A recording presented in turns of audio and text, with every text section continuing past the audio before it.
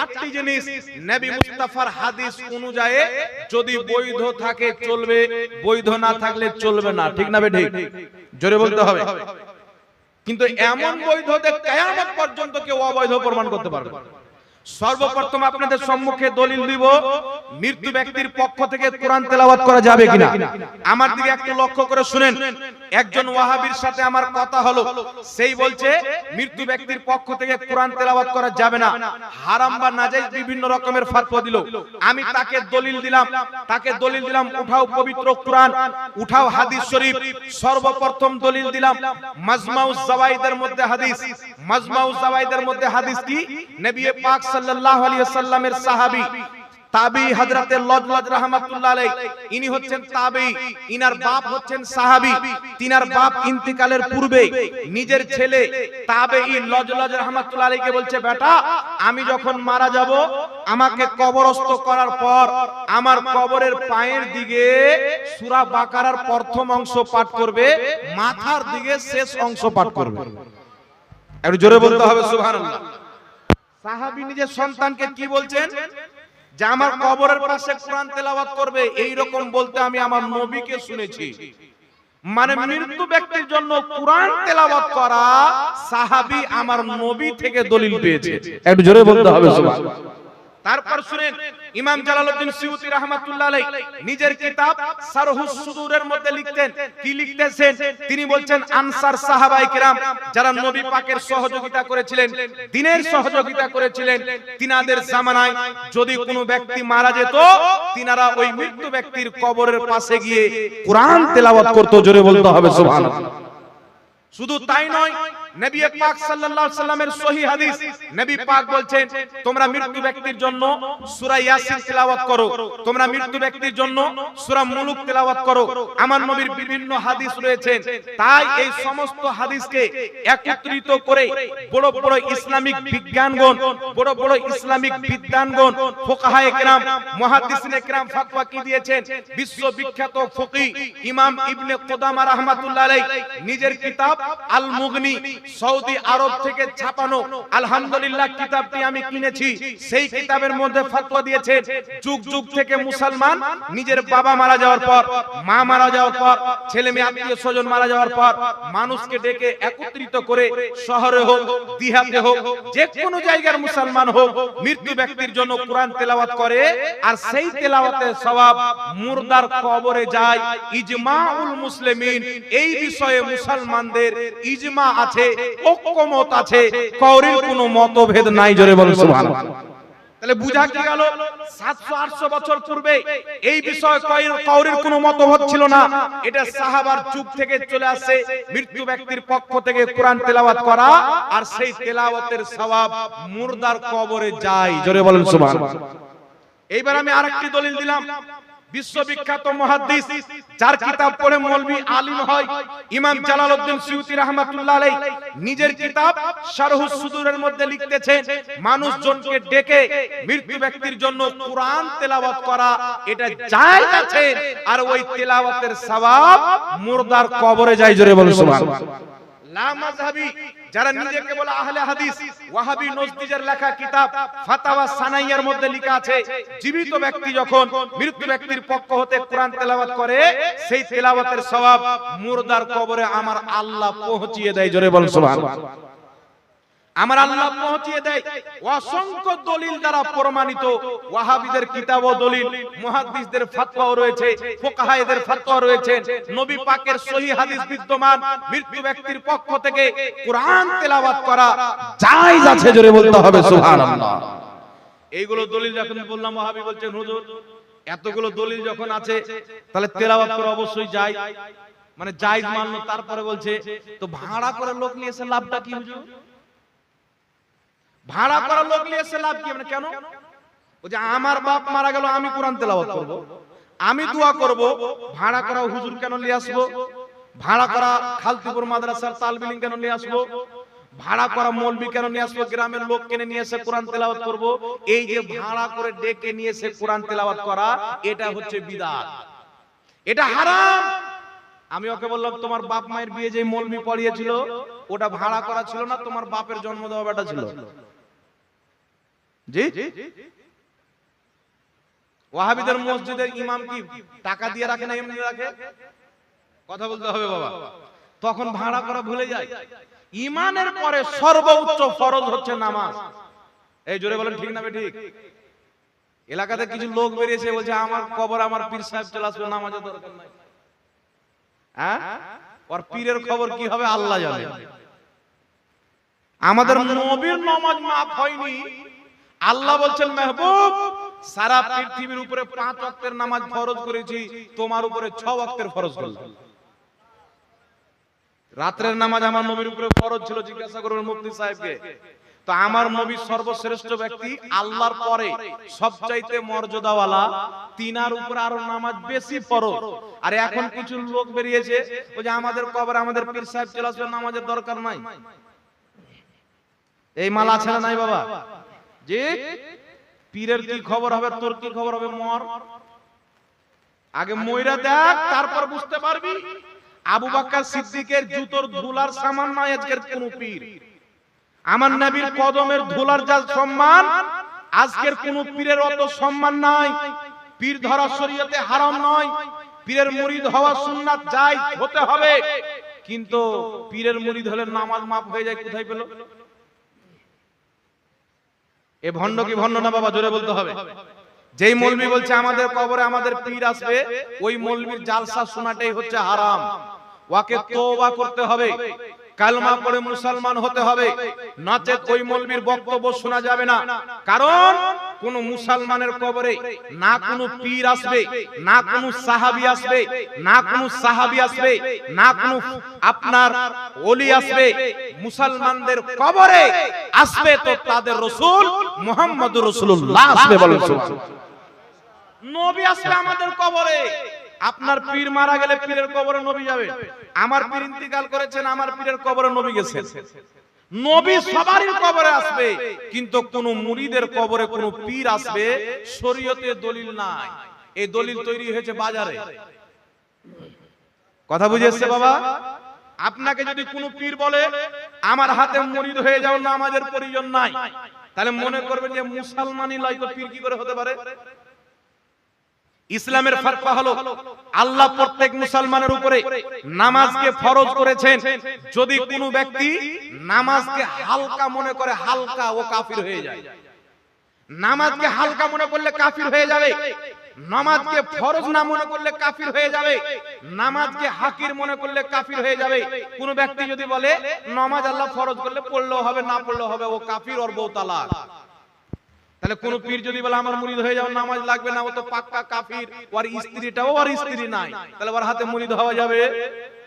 আর আশা করি কেউ যদি পীর থাকে এরকম কথা বলবে না। এগুলো মুরিদরা ভাসিয়ে দেয়। কিছু মুরিদ ভাসিয়ে দেয়, আরে মুরিদ হয়ে যাও আর নামাজের দরকার পড়বে না। খবরদার মুসলমান, একজন মুসলমানের কোন অবস্থায় কোন হালাতে নামাজ মাপ নাই। জোরে বলতে হবে সুবহানাল্লাহ। সুবহানাল্লাহ। মাপ আছে? না। কারা কারা বলছেন মাপ আছে? হাত ওঠান দেখি। কওরের মাপ নাই, ঠিক না ঠিক? জোরে বলতে হবে। তো নামাজ পড়া লাগবে কি লাগবে না বাবা? তো নামাজ হচ্ছে ঈমানের পরে সর্বোচ্চ ফরজ, ঠিক না ঠিক? আপনি পীরের মুরিদ হন, মুরিদ হওয়া কোরআন থেকে প্রমাণিত। পবিত্র কোরআন সূরাতুল ফাতহা আয়াত নাম্বার 10, সাহাবা আমার নবীর হাতে বাইত হয়েছেন। সূরাতুল মুমতাহিনা আয়াত নাম্বার 12, সাহাবায়ে কেরামের স্ত্রীরা পর্দার আড়াল থেকে নবীর কাছে বাইত গ্রহণ করেছেন। নবী পাকের ইন্তিকালের পর বুখারীতে হাদিস, মুসলিমে হাদিস, অনেক কিতাবে হাদিস রয়েছেন। কেউ আবু বকর সিদ্দিকের কাছে মুরিদ হয়েছেন, কেউ হযরত ওমর ফারুকের কাছে মুরিদ হয়েছেন। তিনাদের পরে কারবালার মাটিতে ইমামে হুসেনের হাতে অনেক লোক বাইত গ্রহণ করেছেন, অনেক আবার ইয়াজিদের হাতে বাইত গ্রহণ করেছেন। মানে ইয়াজিদ ছিল ভণ্ড পীর, হুসেন ছিল অরিজিনাল পীর। জোরে বলেন না সুবহানাল্লাহ। সুবহানাল্লাহ। ইয়াজিদি পীর মানা যাবে না, হুসাইনি পীর ছাড়া যাবে না। জোরে বলেন সুবহানাল্লাহ। শাহ ওয়ালিউল্লাহ মুহাদ্দিস তাহলবী রাহমাতুল্লাহ আলাইহি নিজের রিসালার মধ্যে লিখেছেন, মুরিদ হওয়া হচ্ছে সুন্নাত। বিশ্ববিখ্যাত ফতোয়ার কিতাব ফাতাওয়া তাজুশ শরিয়ার মধ্যে লেখা আছে মুরিদ হওয়া সুন্নাতে কাদিমা মুস্তামেরা। তাই বিরাদর ইসলাম, মুরিদ হওয়া সুন্নাত, অবশ্যই নবীর সুন্নাতকে ছাড়বেন না, মুরিদ হবেন। কিন্তু বিরাদর ইসলাম, একটা কথা মনে রাখতে হবে, পানি পিও ছানকে পীর পাকড়ো পেহচান দেন। পীরের নামে মার্কেট গরম হয়েছে, বাজার গরম হয়েছে, আছে না নাই? পাঞ্জাবে একটা জায়গাতে গেলাম, আমাদের ভারতের পাঞ্জাবে একটা পীর আছে, এরকম বড় বড় বালা পায়, আর কানে ওই যে মা বোনরা দেয় কি বলে, রিং না কি বলে, কানবালি, কানের দুল। তো এত বড় দুল লটকালছে, মনে হচ্ছে ট্রাক্টরের পিছনকার চাক্কা খুলে টায়ার হটিয়ে আর রিং লাগিয়ে দিয়েছে। আর ও আবার পীর, কথা বুঝেছে বাবা? কিছু পীর আছে তো পাও মেলে দিয়েছে, লে বেটা আই সাজদা করার যা। তো কোন পীর যদি মুরিদকে সাজদা করায়, ও পীর?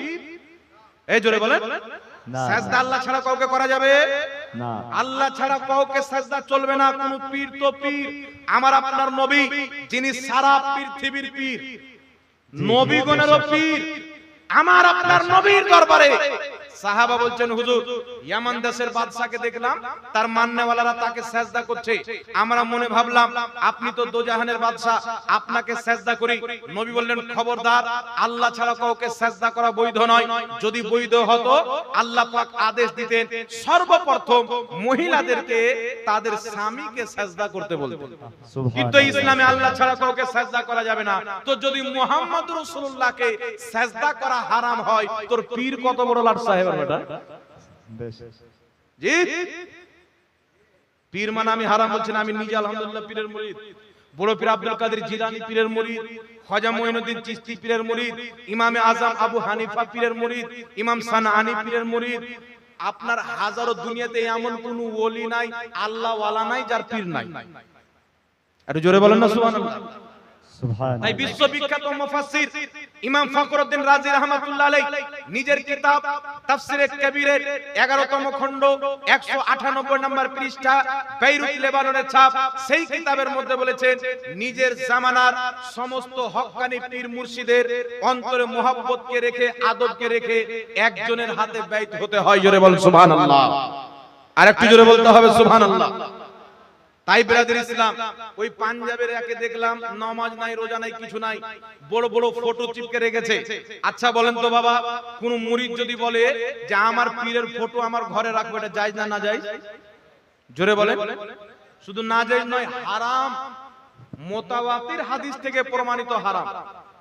একজন এক জায়গায় বক্তব্য দিলে একটা মুরিদ বলছে যে হুজুর আপনার যে সব ক্যামেরা হচ্ছে, তো একটি কথা মনে রাখবেন, এই দেখছেন আপনারা শত শত ক্যামেরা লাগা আছে, এই ক্যামেরাটার যে ফটো হয়, ভিডিও হয়, এই বিষয়ে আমাদের আহলে সুন্নাতের মাশায়েখদের মধ্যে মতনৈক্য রয়েছে, মতভেদ, ইখতিলাফ। আর নবী বলেছেন আমার উম্মতের ইখতিলাফ হচ্ছে রহমত। এগুলো ফুরুই মাসলাতে ইখতিলাফ। অনেকে বলছেন নাজায়েজ হারাম, তারা করে না। যিনারা বলছেন নাজায়েজ হারাম, তিনারা করছেন। তিনারা তিনাদের ফতোয়াতে আমল করবে, কোনো গুনাহ হবে না। তিনারা তিনাদের ফতোয়াতে আমল করবে, কোনো গুনাহ হবে না। জোরে বলুন সুবহানাল্লাহ। কিন্তু যেটা কাগজে ফটো আছে, বাড়িতে চিপকানো হয়, মানি ব্যাগে রাখা হয়, পকেটে ভরা হয়, যেই ফটো কাগজে আছে, সারা পৃথিবীর সমস্ত আহলে সুন্নাতের উলামা একমত, কাগজের ফটো তোলা, ঘরে চিপকানো, আপনার ট্রাক্টরে লাগানো, গাড়িতে চিপকানো, এটা স্পষ্ট হারাম। এতে কাউরির কোনো মতভেদ নাই। জোরে বলেন সুবহানাল্লাহ। একমাত্র প্রয়োজনে, যেমন পাসপোর্ট, বুঝেছে, পাসপোর্ট, আধার কার্ড, ভোটার কার্ড, ব্যাংকের প্রয়োজন, রেশনের প্রয়োজন, মমতা খালার লক্ষ্মী ভাড়ের প্রয়োজন, তখন জায়েজ আছে। বুঝতে পারছেন? প্রয়োজনে জায়েজ আছে, অপ্রয়োজনে জায়েজ নাই। না কোনো পীরের ফটো, না কোনো নবীর ফটো, এ তো আরো বেশি হারাম। কোন ব্যক্তি যদি নামাজের বাইরে হারাম কাজ করে, হারাম, আর নামাজের ভিতরে করলে আরো বেশি হারাম হবে কি হবে না? ভালো জায়গাতে গিয়ে হারাম কাজ। তাহলে যেমন এই যে আপনার এবার হজ হলো, আলহামদুলিল্লাহ আপনাদের দোয়াতে আমরা আমাদের আব্বা মাকে হজ করতে পাঠিয়েছি, এখনো আছেন। 18 তারিখে বোম্বে ফ্লাইটে নামলাম। তো হজ করতে গিয়ে একটা ভিডিও দেখলাম, একজন পাঠিয়েছে আমাকে। এই হজ করতে গিয়ে হাজিরা সব বসে আছে, আর 4টা লোক পাত্তা খেলছে, তাস। জি আল্লাহর কসম, আমি দেখেছি ভিডিও। ওই জায়গাতে গিয়ে পাত্তা খেলছে। তাহলে ভারতে খেলছিল, গুনাহ কি গুনাহ না? আর ওইরকম আরবের মতন মাটিতে গিয়ে খেলছে, তাহলে আরো বেশি গুনাহ হবে কি হবে না বাবা? জি, গুনাহ কাবিরা হবে কি হবে না? তাহলে চিন্তা করেন মুসলমানের অবস্থা কি হতো। তাই ব্রাদার ইসলাম বুঝে সুঝে কাজ করতে হবে, পীর অবশ্যই মানতে হবে। ইমাম যাহাবী রাহমাতুল্লাহ আলাইহি তারিখে ইসলাম কিতাবের মধ্যে সহিহ সনদে হাদিস নিয়েছেন। হযরতে আব্দুল্লাহ ইবনে উমর রাদিয়াল্লাহু তাআলা আনহুমা মারফু সূত্রে বর্ণনা করছেন যে একজন পীর তার মুরিদের কাছে এমন যেমন নবী তার উম্মতের কাছে। জোরে বলুন সুবহানাল্লাহ। এটা সহিহ হাদিস দ্বারা প্রমাণিত। কিন্তু বাবা কিছু লোক বেশি বাড়াবাড়ি করে কি করেছে, দুই একটা ভণ্ড পীরকে দেখেছে বলছে সব পীর মানা হারাম। এও বাড়াবাড়ি, ঠিক না বেঠিক? দুই একটা গাঁজাখোর পীরকে দেখে বলছে সব পীর মানা হারাম। এটা একটা গাঁজাখোরি লোকের ফতোয়া হতে পারে, সুস্থ মস্তিষ্কের ব্যক্তির ফতোয়া হতে পারে না। আপনারা দেখবেন ওয়াহাবি মৌলবীরা বলে পীর মুরিদি চলবে না, বলে কি বলে না? কিন্তু আমাদের চাইতে বেশি পীর ওয়ারা মানে। আচ্ছা বাবা বলেন তো, পীর হচ্ছে ফার্সি শব্দ, নামাজ হচ্ছে ফার্সি শব্দ, রোজা হচ্ছে ফার্সি শব্দ। নামাজের কেউ যদি আরবি দেখতে চায় কুরআন হাদিসে সালাত শব্দ পাবে, রোজার যদি আরবি দেখতে চায় কুরআন হাদিসে সিয়াম শব্দ পাবে।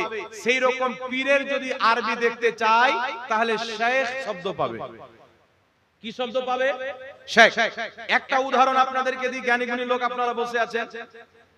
মুফতি নূর আলম সাহেব কাদরি বড় ভাই আমার ফতোয়া দিচ্ছেন যে পানি পান করা জায়েজ, ওয়াটার পান করা হারাম। তাহলে মসজিদে আপনারা রাখবেন, বলবেন যে আমাদের মৌলবি পাগলা হয়েছে রে, এ মৌলবি আর চলবে না, চেঞ্জ কর, না কি বলেন? আর যদি বলে যে পানি পান করা হারাম, ওয়াটার পান করা যায়, তাহলে মানুষ মনে করে আর ব্রেন টাল হয়েছে, এ বাঙালি থাকার যোগ্য নয়, একে ঝাড়খণ্ডের রাঁচি নিয়ে যায়। আর রাঁচিতেও যদি না হয়, ভারতের সবচাইতে বড় পাগলাখানা আগ্রাতে নিয়ে যায়। উত্তরপ্রদেশে বলে না আগ্রা, আগ্রাতে নিয়ে যাও, না কি বলেন? তো এইরকম হচ্ছে ওয়াহাবিদের অবস্থা। সুন্নিরাকে বলে পীর পীর পূজারি। আচ্ছা পীর মানা যদি পীর পূজারি হয়, ও তো বাপ মাকেও মানে, তাহলে ওরা বাপ পূজারি হলো না, কি বলেন? মানলে কি পূজা করা হয় বাবা? জোরে বলেন। মানা আলাদা, পূজা আলাদা। ওরা আমাদেরকে বলে পীর মানা চলবে না, অমুক ধুমুক 12-17 বলে ফতোয়া দেয়, কিন্তু ওরা নিজের প্রত্যেকটা মৌলবীর নামের আগে বলে শেখ। মানে ওদের সব মৌলবী পীর, গাঁজাখোর হোক, মাতাল হোক, ওয়াসিবিতা হোক, ডেট ফেল হোক, যেমন মৌলবী হোক, সবারই নামের আগে বলবে শেখ। নারে তাকবীর। দাঁড়িয়ে যান, দাঁড়িয়ে যান। নারে তাকবীর। বসে যান, বসে যান, একটু তাড়াতাড়ি বসুন, তাড়াতাড়ি বসুন।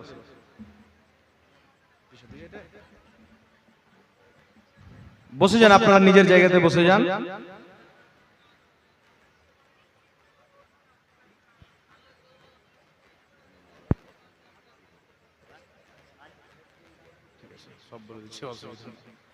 এই বসেন, বসেন, বসেন। হ্যাঁ বসেন, বসেন, বসে যান নাকি? বসেন বসেন বললো আবার ভাইরাল হয়ে যাবে। যাক, আপনারা শান্ত তো? ঠিকঠাক বসেছেন? চালু? দেখছেন হযরত চলে এসেছেন, হযরতের বক্তব্য হবে। তো আমি বলতেছিলাম কি ইসালে সওয়ার ব্যাপারে। তো মৃত্যু ব্যক্তির পক্ষ থেকে কুরআন যদি তিলাওয়াত করা হয়, সেই তিলাওয়াতের সওয়াব মৃত্যু ব্যক্তির কবরে যায়। মৃত্যু ব্যক্তির নামে খাওয়া দাওয়া করা যাবে কি যাবে না?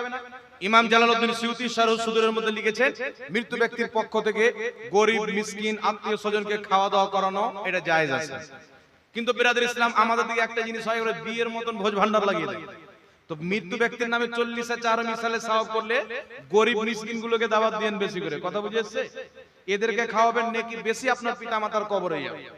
একটি হাদিস শুনিয়ে দিই। 950 বছর পূর্বের কিতাব হিলিয়াতুল আউলিয়া, ইমাম আবু নঈম আসবাহানী রাহমাতুল্লাহ আলাইহির লেখা কিতাব। সেই কিতাবের মধ্যে সহিহ সনদে হাদিস নিয়েছেন ইমাম জালালউদ্দিন সিউতি রাহমাতুল্লাহ আলাইহি নিজের কিতাব আল হাবিলিল ফাতাওয়া প্রথম খণ্ড 230 পৃষ্ঠার মধ্যে হাদিসটি উল্লেখ করে বলছেন, রেজালুহু রেজালুস সহিহ। হাদিসের বর্ণনাকারী হযরতে তাউস রাহমাতুল্লাহ আলাইহি বিখ্যাত তাবেঈ, তিনি বলছেন ইন্নাল মাউতা ইয়াফতানুনা ফি কুবুরিহিম সাবআ ফাকানু ইস্তাহিবুনা আই ইয়াতআমা আনহুম তিলকাল আইয়াম। হযরতে তাউস রাহমাতুল্লাহ আলাইহি বলছেন, আমাদের জামানায় যখন কোনো ব্যক্তি মারা যেত তো আমাদের ধারণা ছিল মৃত্যু ব্যক্তি নিজের কবরে 7 দিন পর্যন্ত কঠিন অবস্থায় থাকে, তার কারণে আমরা সেই মৃত্যু ব্যক্তির পক্ষ থেকে 7 দিন পর্যন্ত মানুষকে খাওয়া দাওয়া করাতাম। জোরে বলেন সুবহানাল্লাহ। এটা তাবিন করতেন, সাহাবাও করাতেন। তাই সাহাবা এবং তাবিন থেকে আমরা দিন নিয়েছি, তখন থেকে চলে আসছে মৃত্যু ব্যক্তির পক্ষ থেকে খাওয়া দাওয়া করানো হয়। আরো অনেক দলিল আছে, অল্প করে বলছি যেহেতু হযরত চলে এসেছেন। আরেকটা কথা হচ্ছে, মানুষকে দাওয়াত দিয়ে কোরআন তেলাওয়াত করা যাবে কি যাবে না? সুনানুদ দারমির মধ্যে হাদিস, যেই হাদিসকে ইমাম নববী রাহমাতুল্লাহ আলাইহি নিজের কিতাব আল আজকারের মধ্যে উল্লেখ করে বলেছেন, হাদা হাদিসুন সহিহুন, এই হাদিসের সনদ হচ্ছে সহিহ। সাহাবায়ে কেরাম এবং তাবিঈনগণ নিজের জামানাতে যারা শুদ্ধভাবে কোরআন তেলাওয়াত করতে জানতেন তাদেরকে দাওয়াত দিয়ে একত্রিত হয়ে কোরআন তেলাওয়াত করে খতম করতেন, তারপরে দোয়া করতেন। তিনারা বলছেন, আমাদের এটা বিশ্বাস যে কোরআন খতম করার পরে দোয়া কারেন্টের মতন কবুল হয়ে যায়। জোরে বলতে হবে সুবহানাল্লাহ। তাই বাবা মারা গেছেন, আত্মীয় স্বজন মারা গেছে, যদি যারা কোরআন তেলাওয়াত করতে জানে মাদ্রাসা থেকে তালিম নিয়ে মৌলভী সাহেবকে ডেকে, গ্রামবাসীর যারা কোরআন তেলাওয়াত করতে জানেন তাদেরকে ডেকে একত্রিত হয়ে যদি কোরআন তেলাওয়াত করা যায়, এটা কোনো দোষণীয় নয়, এটা সহিহ হাদিস দ্বারা প্রমাণিত। তাই সুন্নিরা করে, আর যারা সহিহ হাদিস মানে তারাই হচ্ছে সুন্নি। জোরে বলতে হবে সুবহানাল্লাহ। কথা বুঝে এসছে বাবা? এবার মৃত্যু ব্যক্তির নামে দোয়া তো করা যাবে, জানাজার নামাজে একটা দোয়া আমরা করি, ঠিক না? ঠিক, মৃত্যু ব্যক্তির জন্য দোয়া করা যাবে, এতে করার কোনো মতভেদ নাই। তাই 4 দিনে হোক 40 দিনে হোক মানুষকে খাওয়া দাওয়ার ব্যবস্থা করা। গরিব লোককে বেশি খুঁজবেন, কথা বুঝে এসছে? এখন বাপ মায়ের চালিসা করে আর খুঁজে কোনটা মাস্টার আছে, কোনটা ডক্টর আছে, কে ইঞ্জিনিয়ার আছে, বড় বড় লোককে খুঁজে বাড়ির পড়োশির গরিবটা নাই। এরকম হয় কি হয় না বাবা? ধরে বলে। তাই এগুলো খাবারের হক হচ্ছে সবচাইতে বেশি মিসকিন গরিবের। হ্যাঁ, আপনি মিসকিন গরিবকে সকলকে ডেকে নিয়েছেন, তারপর আত্মীয় স্বজনকে ডেকে নিয়েছেন, একটা চলতি রেওয়াজ হয়ে গেছে, কোনো সমস্যা হবে না। কিন্তু ইয়াতিম গরিব মিসকিনদেরকে বাদ দেওয়া, জোরে বলতে হবে, বাদ দেওয়া যাবে। আরেকটা কথা বলি বাবা, লাস্ট কথা বলে হযরত চলে আসবে, একটা লাস্ট কথা বলে দিই। আচ্ছা বলেন তো বাবা, আমি যদি সারা জিন্দেগি নামাজ না পড়ি, রোজা না রাখি, হজ না করি, যাকাত না দিই, কোন পীর সাহেব আমাকে জান্নাতে নিয়ে যাবে? জি? তাহলে একটা কিনে 2-4 হাজার পীর ধরে নিতাম না, কি বলেন? কিছু লোক বলছে যে পীর সাহেব ধরলাম মানে জান্নাতি হয়ে গেলাম। জি, সিলসিলা মিল গয়া জান্নাতি হয়ে গেল। হ্যাঁ, মানে আব্বা তৈরি করে সে জান্নাত, মরলি বলবে যা বেটা। আপনি নামাজ পড়বেন না, কোন পীর আপনাকে জান্নাতে নিয়ে যেতে পারবে? আপনি রোজা রাখেন না, হারামখোরি করেন, রোজে 3 বার 36 বার করে দাড়ি কাটেন, আর আপনি বলছেন যে জান্নাতে চলে যাব, মুরিদ হয়ে গেলাম মানে জান্নাতে চলে গেলাম। আপনি যেই কথাতে মুরিদ হচ্ছে ওই সমস্ত কথার উপরে যদি আমল করেন তবেই আপনার পীর জান্নাতে নিয়ে যেতে পারবে। কারণ বুখারী শরীফের মধ্যে হাদিস, নবী পাক সাল্লাল্লাহু আলাইহি সাল্লাম বলেন, কিয়ামতের ময়দানে কিছু লোক হবে আল্লাহর সাথে ঝগড়া করবে। যেমন মানুষ জমিনে দুনিয়াতে ঝগড়া করে, এর চাইতে বেশি কঠোর ভাবে ঝগড়া করবে। ঝগড়া করে বলবে, আল্লাহ তুমি তো আমাদেরকে জান্নাত দিচ্ছ, কিন্তু আমাদের যারা মুরিদ, আমাদের যারা ভাই, আমাদের যারা মান্যওয়ালা, আমাদের সাথে নামাজ পড়েছে, আমাদের সাথে রোজা রেখেছে, তারাকে জান্নাতে না দিলে আমরা যাব না। আল্লাহ বলবে, যাও তাদেরকে নিয়ে জান্নাতে চলে যাও। জোরে বলেন। তো পীরের মুরিদ করলো যে ফরজগুলিকে আদায় করব, নামাজ পড়বো, রোজা রাখবো, হারাম করব না হালাল করব, আর আপনি নামাজ পড়ছেন না, হারাম করছেন, হালাল করছেন না, তাহলে আপনাকে নিয়ে যাবে? একটু জোরে বলতে হবে, নিয়ে যাবে। তাই নিজের কর্ম করতে হবে। হ্যাঁ, আল্লাহ পাক যদি নসিবে রাখে, আউলিয়া কেরাম, শহীদগণ, আলিমগণ শাফাত করবেন, তবে নামাজ কোনোদিন ছাড়বেন না। এই নামাজ কোনো পীর মাফ করাইতে পারে না। এই নামাজ একমাত্র আল্লাহর হক, কোনো বান্দা ক্ষমা করাইতে পারবে? জোরে বলতে হবে, কোন বান্দা ক্ষমা করাইতে পারবে না। আল্লাহর ইবাদত নামাজ আল্লাহ ফরজ করেছেন। আর বিষয় হচ্ছে, কিছু লোক বেরিয়েছে আবার বলছে মুরিদ হওয়া ফরজ মনে করে কিছু লোক। এটা মনে করে কি করে না? এখানে হযরত এসেছেন, জিজ্ঞাসা করবেন, বলেন তো এই একটা ফতোয়া এসেছিল আমাদের কাছে। হানফি দারুল ইফতা বলে আমরা একটা ইফতা চালাচ্ছি মুর্শিদাবাদের মাটিতে, আর হেড মুফতি হচ্ছে মুফতি তোফাজ্জল হোসেন নাইমি সাহেব। একটা ফতোয়া এসেছে। ফতোয়াটা কি এসেছেন? যে একটা লোক বলছে যে মুরিদ হওয়া ফরজ। আচ্ছা বলেন তো বাবা, মুরিদ হওয়া ফরজ এটা কোন মৌলবি বলেছে? জি, জোরে বলতে হবে। মুরিদ হওয়া কি সুন্নাত, কেউ কেউ বলেছেন মুস্তাহাব, কেউ কেউ বলেছেন সুন্নাত। তো খুব বেশি মেনে নিলে সুন্নাত। মুরিদ হওয়া না ফরজ আছে না ওয়াজিব আছে, মুস্তাহাব পর্যায়ের একটি সুন্নাত আমল আছে। কেউ যদি সারা জিন্দেগি মুরিদ না হয়, কেউ যদি সারা জীবন মুরিদ না হয়, এই যে হক্কানি আলিম উলামা আছে ইনাদের কি নিজের পীর মনে করে, কোনো গুনাহ নাই। কথা ঠিক আছে? আর এই দিকে মৌলবি কিছু লোক আছে, আমার মতনই কিছু মৌলবি আছে, মানুষ নামাজ পড়ে না, কোনো খবর নাই, আর বলছে চলো মুরিদ হয়ে যাও, মুরিদ হয়ে যাও। তো ফরজ আগে না সুন্নাত আগে? জোরে বলতে হবে। ফরজ আগে না মুস্তাহাব আগে? নামাজকে আগে কায়েম রাখেন, রোজাকে কায়েম রাখেন। আমাদের ইমাম আলা হযরত মুরিদ হয়েছেন, নামাজি আগে হয়েছেন, মুরিদ পরে হয়েছেন। খাজা মঈনুদ্দিন চিশতি নামাজি আগে হয়েছেন, মুরিদ পরে হয়েছেন। গাউসে আজম নামাজি আগে হয়েছেন, মুরিদ পরে হয়েছেন। আপনি নিজের কিরদারকে, নিজের আখলাককে নবীর সুন্নাত মোতাবেক বানিয়ে মুরিদ হয়ে যান, আপনার মুরিদ হওয়া কাজে লাগবে। জোরে বলেন সুবহানাল্লাহ। আর হারামে ডুবে আছে আর মুরিদ 20 বার মুরিদ হলেও কোনো লাভ হবে না। আল্লাহ বুঝার তৌফিক দান করুক। তাই নিজের আমলকে ঠিক থাকবেন, তারপরে হক্কানি মুর্শিদ দেখে মুরিদ হবেন, কোনো অসুবিধা নাই। যাই হোক বিরাদর ইসলাম, আমি আয়াতে কারিমা পাঠ করেছিলাম, লা তা'তাযিরু কাদ কাফারতুম বাদা ঈমানিকুম। তুমি ঈমান আনার পরে কাফির হয়ে গেছো। যদি কোনো ব্যক্তি নিজেকে মুসলমান বলে, নবীর তাওহীন করে, ওই ব্যক্তি কাফির হবে, ওকে মুসলমান বলা যাবে না। যেমন কিছু মৌলবি ইসলামিক স্কলারশিপ যে বক্তব্য দেয়, বলে নবীর মুখ দিয়ে দুর্গন্ধ বের হতো। এই প্রোডাক্ট গুলো বাংলাদেশে বেরিয়েছে বাবা, সাবধানে থাকবে। বুঝে নবী নিজে ফেল করে তাকিয়ে থাকবে, আমার নেকির পাল্লা ভারী হচ্ছে না, গুনাহ, তো আমাদেরকে কি বাঁচাবে? এগুলো নবীর গুস্তাখি কি গুস্তাখি না? জোরে বলেন, এটা নবীকে অপমান করা কিনা? নবীর ঘামকে সাহাবায়ে কেরাম আতর হিসাবে ব্যবহার করতেন, আর মোল্লা বলছেন নবীর মুখ দিয়ে দুর্গন্ধ বের হতো। আল্লাহ বলছে আমি আমার নবীর মুখে কথা বলি, নবী মুস্তাফার মুখ দিয়ে যে কথা বের হয়, শব্দ বের হয়, এটা নবীর ব্যক্তিগত না, আল্লাহর দেওয়া কথা। বলেন সুবহানাল্লাহ। তাই যেই নবীর ঘামে খুশবু, যেই নবীর জামাতে খুশবু, যেই নবীর রাস্তাতে চলে গেলে রাস্তা খুশবুদার হয়ে যায়, ওই নবীর মুখ দিয়ে দুর্গন্ধ বের হতো বলনেওয়ালা নবীর গুস্তাখ কি গুস্তাখ নয়। তাই এই রকম ওয়াহাবি দেওবন্দি মার্কেটে বেরিয়েছে, ইউটিউবে বেরিয়েছে, এদের বক্তব্য শোনা ইমানদার মুসলমানদের জন্য হারাম এবং নাজায়েজ রয়েছে, আপনার ঈমানকে ধ্বংস করে দিবে। আপনি বক্তব্য শুনবেন আহলে সুন্নাত ওয়াল জামাত, সুন্নি জামাতের আলিমদের। ঠিক আছে বাবা? হাত তুলে বলেন না একটু ঠিক আছে কিনা। বক্তব্য শুনবেন কার? সুন্নি জামাতের আলিমদের বক্তব্য শুনবেন, তাদের বক্তব্য শুনবেন, তাদের সাথে সম্পর্ক রাখবেন। কোন মৌলবি দেখছেন ব্যাকা বলছে, মুফতি নূর আলম ভাইকে এসে দেখাবেন, দেখেন তো এই মৌলবিটা এটা বলছে, সঠিক মশলাটা আপনাকে বুঝিয়ে দিবে। আল্লাহ বুঝার তৌফিক দান করুক, সকলের ঈমান আমলের হেফাজত করুক। ওয়া আখির দাওয়ানা আনিল হামদুলিল্লাহ। খাই তাই আমরা করি, কথা বুঝেছে বাবা? সিনা পুলে বলছে আমরা 40 চা হারাম করি না, তো আমরাও তো করি না, কিন্তু গরু মরলে, ছাগল মরলে, গরু ছাগল মরলে 40 চা হারাম হয়, তো মানুষ মরলে কেন হয়?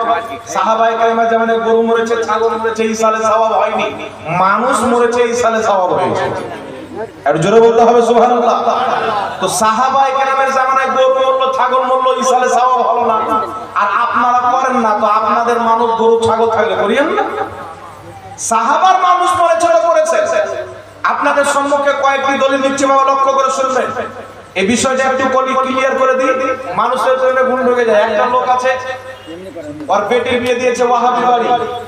আচ্ছা, বেটিকে যার বাড়িতে বিয়ে দিবেন তার মতন হতে কিন্তু টাইম লাগবে না, মানে শ্বশুর শাশুড়ি দেওর ভাসুর সব ওর কানে লাগা থাকবে, আর টাইম থাকবে। তো একটা মাস্টার বিয়ে দিয়েছে তার মেয়ের ওয়াহাবি বাড়িতে, মাস্টারের স্ত্রী ইন্তিকাল করে যায় 5-6 বছর পর, মেয়ে ফোন করে বলছে আব্বা 40 আর চাহারুম যদি করো মা ডাইরেক্ট জাহান্নামে যাবে। মাস্টার ডরে গেল, বাপ রে আমার স্ত্রী জাহান্নামে চলে যাবে, এই বেটা 40 আর চাহারুম করলো। বুঝতে পারছেন? মানে জান্নাত জাহান্নামের বাড়িতে তৈরি করছে, যেমন আবুল আলাহ মওদুদী নবী তৈরি করছে। এই 40 আর চাহারুম খাওয়া যাবে না। অনেক নবী বলছে সুমার চাইতেও হারাম। কিন্তু তাদের কি খাওয়া যায় আগে শুনেন। 40 চারমের দলিল দিচ্ছি, কিন্তু আগে এটা শুনেন। 40 চারমের খাবার খাওয়া কি হারাম? মুহররমুল হারামের খিচুড়ি খাওয়া কি হারাম? জশ্নে ঈদ মিলাদুন নবীর বিরিয়ানি খাওয়া কি হারাম? শাবে বারাতের হালুয়া খাওয়া কি হারাম? আচ্ছা ওয়াহাবি ভাই সব তো হারাম, তোমাদের হালাল জিনিস খুলি। ওয়াহাবিদের গুরু ওয়াহিদুস সামা নিজের কিতাব হাদিয়াতুল মাহদি 65 নাম্বার পৃষ্ঠার মধ্যে লিখছে, গরু, ছাগল, মুরগা, মুরগি যত রকম পশু পাখি মাংস খাওয়া হালাল, এদের পেশাব পায়খানা পবিত্র হালাল। তাহলে বেটা মুরগা সুন্নিরা খাবে, কুতরা খা। তাহলে চিন্তা করে। শুধু তাই নয়, এটা একটা ভদ্র সভা মা বোনেরা আছে। আল্লাহ তাবারাক ওয়া তাআলা আমাদের শরীরের মধ্যে অনেক কিছু দিয়েছেন। পেশাব করলে ধুয়ে নিলে পাক হয়ে যায়, ঠিক না? পায়খানা করলে ধুয়ে নিলে পাক হয়ে যায়। কিন্তু কোন ব্যক্তি যদি স্বপ্ন দোষ হয়ে যায় তাহলে গোসল ফরজ হবে কি হবে না? স্বপ্ন যদি গোসল ফরজ হয়, স্বপ্ন দোষ হয়, ওটাও রক্ত। সেই রক্তটা পাক না না পাক? ওয়াহাবি মোল্লা বলছে পাক। আমার মোবাইলে ভিডিও আছে, তাদের কিতাব আছে হাদিয়াতুল মাহদি, স্পষ্ট ভাবে লেখা আছে মানুষের মানি বীর্য পাক। একজন প্রশ্ন করছে, হুজুর পাক করে পাক জিনিস তো খাওয়া হালাল, বলছে আপনার ইচ্ছা হলো খান। সত্য কথা বলছে, আপনারা মজাক নাই। তাহলে এদের বেরেন আপনি চিন্তা করেন। হালুয়া খাওয়া নবীর সুন্নাত। ইবনে মাজাহ শরীফের হাদিস বাবুল হালুয়া। মায়েশা বলেন ক্বালাত আয়েশা সিদ্দিকা রাদিয়াল্লাহু তাআলা আনহা কানা নবী সাল্লাল্লাহু আলাইহি ওয়াসাল্লাম ইউহিব্বুল হালওয়া ওয়াল আসালা। মায়েশা বলেন নবী পাক সাল্লাল্লাহু আলাইহি ওয়াসাল্লাম খাদ্যের মধ্যে সবচাইতে বেশি হালুয়া খেতে ভালোবাসতেন। জোরে বলুন সুবহানাল্লাহ। নবী হালুয়া খেতে ভালোবাসতেন। আমরা সুন্নিরা শাবে বারাতে খাই, ঈদের দিন খাই, অন্য দিনে খাই, কারণ এটা নবীর পছন্দ খাবার সুন্নাত। আর এই নবীর হালুয়াকে বলছে হারাম, আর মুরগির গুকে বলছে পাক। তাহলে চিন্তা করছেন বাবা। তাহলে এদের ফাতওয়া না লাকওয়া? একটু জোরে বলেন, এদের ফাতওয়া না লাকওয়া? জি, আপনাকে বলবেন মাজারের খাসি খাওয়া হারাম, আর ফাতোয়া দিচ্ছে মন্দিরের প্রসাদ খাওয়া যায়। তো মাজারওয়ালাদের মাধ্যমে আমরা ইসলাম পেয়েছি, আমরা তো তাদের দরবারে খাবো। ওরা মন্দিরওয়ালাদের মাধ্যমে ইসলাম পেয়েছে, ওরা ওদের খাবো। এবার লক্ষ্য করে শুনেন বাবা, একটু আমার দিকে ধ্যান দেন, আমার দিকে ধ্যান দেন। আমরা মৃত্যু ব্যক্তির নামে 4 দিনে হোক 40 দিনে হোক ইসালে সওয়াব করি কি করি না? একটু জোরে বলতে হবে। ইসালে সওয়াব করি কি করি না? ইসালে সওয়াবে কি করা হয়? 40টা যদি করা হয়, মানুষকে দাওয়াত দিয়ে খাওয়া দাওয়ার ব্যবস্থা করা হয়। একটি কাজ, মানুষকে ডেকে